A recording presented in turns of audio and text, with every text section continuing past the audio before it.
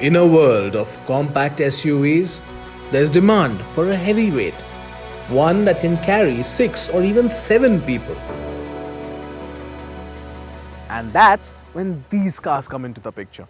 On my right is a car that has attained cult status. The name tag itself is legendary. Yes, I'm talking about the Tata Safari and the all-new generation, that too.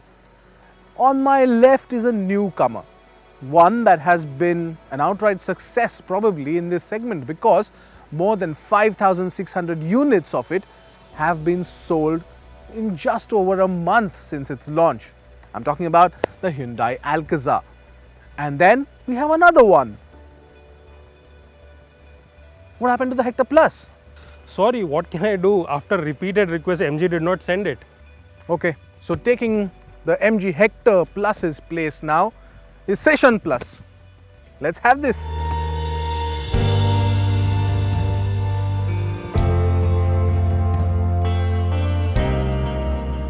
Let's quickly look at where both these cars stand when it comes to dimensions. As you can see, the Safari is longer, wider and taller than the Alcazar. But somehow Hyundai has managed to up the game when it comes to wheelbase, because the 2760mm that it has to offer is the best in segment. However, that long a wheelbase and especially the best in the segment does not essentially translate into good space at the rear. As you can see, I am cramped for space, and given my height and my width, that is an issue. I won't be able to travel long distances for sure. The only thing that makes it easier to get in are these two tumble down seats. It gives you enough space to get in the car, but otherwise it's still just a place for kids, not a place for adults, and especially even for small journeys this is going to be a pain. However, there is something common that this one has with the Safari. Yes, indeed. As Amya said, this certainly shares certain features with the Alcazar, and those include these individual aircon vents with a controller for the third row passenger. You also get two USB chargers and cup holders. But compared to the Alcazar, this certainly feels a bit more spacious because it is taller, so you get more headroom, and also because it gets lighter interiors, you have a sense of airiness which is absent in the Alcazar.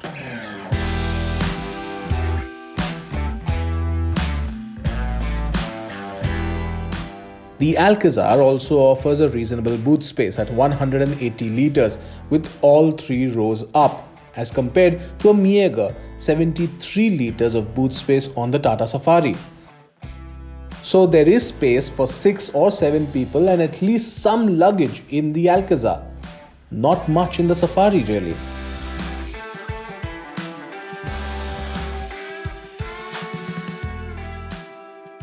Now the middle row is comfortable on both cars. There's more shoulder room available on the Safari, but that's also because it's wider than the Alcazar. On the features front, both cars are pretty well stacked up. The Safari XZA Plus trim that you see here gets xenon HID projector lamps, 18-inch alloy wheels, shark fin antenna, a panoramic sunroof and LED tail lamps.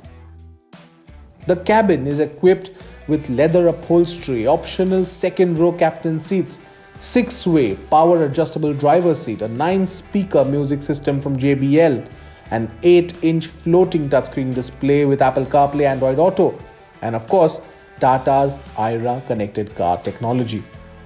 On the safety front, it gets 6 airbags, hill descent control, ISOFIX seats and a multi-terrain mode.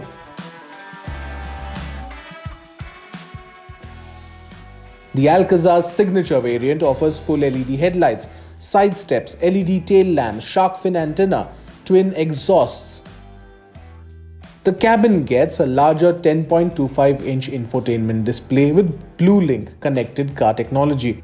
There's Apple CarPlay and Android Auto, wireless charging, fully digital instrument cluster, ambient lighting, panoramic sunroof and more. The Alcazar also gets drive mode select for comfort, eco and sport, along with traction control modes for snow, sand and mud. On the safety front, it gets 6 airbags, 360-degree camera and blind view monitor. When it comes to design, both the Alcazar and the Safari borrow their looks from another car. The Alcazar from the Creta and the Safari from the Harrier. But the prettier of the two is definitely the Safari. I mean, look at it. It looks imposing and aggressive, while the Alcazar is all about elegance and opulence. But now it's all about how these cars drive. And it's interesting because both these cars are diesel automatics, a breed that is grabbing attention.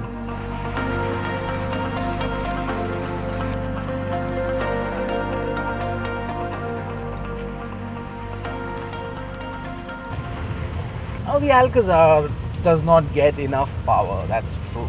But what impresses you is that gearbox, because under 2000 RPM there is a bit of lag. But after that, the gearbox just keeps sending power to the wheels continuously. And even with the paddle shifters, it is quick to react. It's a 6-speed torque converter, but in sports mode, it's a different breed altogether. And that's why you enjoy driving it. Now, the ride quality too is good. You don't get displaced from end to end by any stretch of imagination. And the steering is light. We really wished it could weigh up when you speed. That does not happen.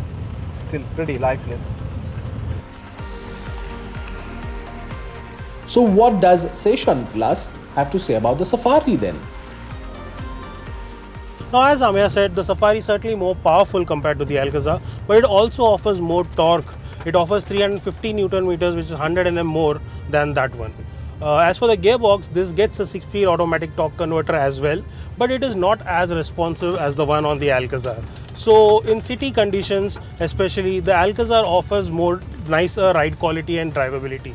But because this is based on a platform which is derived from the Land Rover's D8 platform, it handles bad roads a bit more efficiently. So when you're in rough terrains, Safari certainly feels like a better SUV.